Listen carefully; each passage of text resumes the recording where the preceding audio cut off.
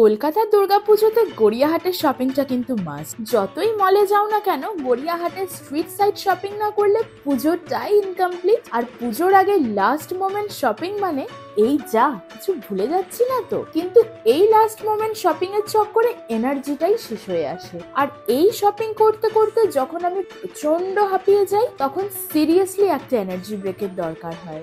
তাই বাড়ি থেকে বেরোনোর আগে আমি অলওয়েজ এক বটল গানের সাথে রেডি করে নিয়ে বের হই। আর আমার এনার্জি ব্রেক মানে এক bottle refreshing Ganesh sattu. High protein, easy to make, কোনো প্রিজারভেটিভস বা অ্যাডিটিভস নেই, শুধু ন্যাচারাল গুডনেস। ঠিক যেন ইনস্ট্যান্ট রিচার্জ মনে হয়, ফুল অন এনার্জি ফিরিয়ে দেয়, যাতে আবার নতুন জোশে শপিং কন্টিনিউ করা যায়। আমার পুজোর এক্সাইটমেন্ট তো এন্ডলেস, আর গণেশ সাত্তু দিয়ে এনার্জিও এন্ডলেস।